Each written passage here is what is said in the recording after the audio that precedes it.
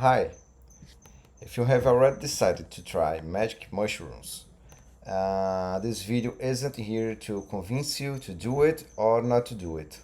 I think that's a personal decision.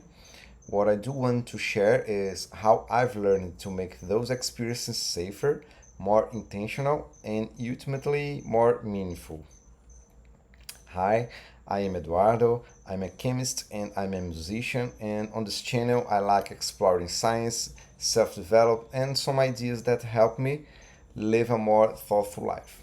So, if that's your kind of content, please subscribe. I'd love to have you here. Hey, I just forgot to tell what this channel is about. It's about me trying to improve my English speaking skills, and so that's it. If you'd like to follow me, please hit subscribe, and now you can continue to watch the video. I've been using Psilocybe cubensis for a few years now, both recreationally and through personal microdosing protocols.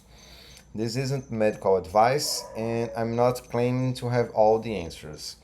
These are simply the lessons I wish someone had shared with me before my first experience.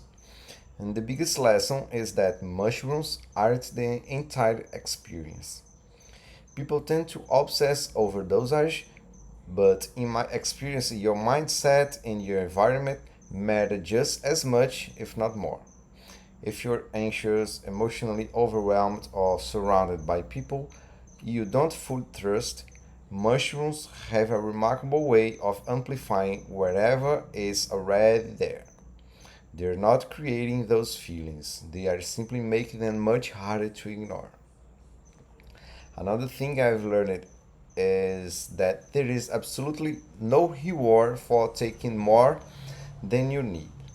Some of my most meaningful experiences came from surprisingly moderate doses, while some of the most uncomfortable ones happened because I thought, maybe just a little more.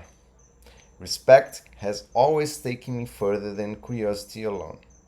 And when the experience is over, don't rush back to normal life as if nothing happened. Go for a walk, write down your thoughts, listen to music you enjoy, have a meaningful conversation with someone you care and trust. Sometimes the real value isn't found during the trip, it's found in the days that follow. Now, here's where I might become just a little controversial.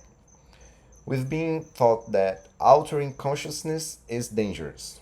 Yet, very few people question spending 10 hours a day on social media, sleeping 5 hours a night, living under chronic stress, drinking abuse, or working a job that slowly drains the joy out of your life.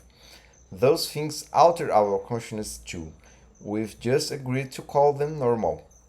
I'm not saying magic mushrooms are harmless, they are not. They deserve preparation, humility, and respect. But maybe the real conversation isn't whether change consciousness is dangerous. Maybe it's about which ways of changing consciousness we've chosen to normalize. Have magic mushrooms made my life better? For me, a big yes.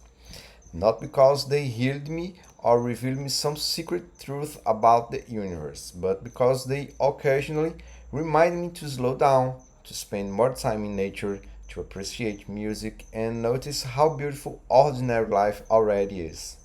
So, if you enjoyed this perspective, let me know what you think in the comments. What's a socially accepted habit that you think changes our minds more than most people realize? I genuinely love to read your thoughts.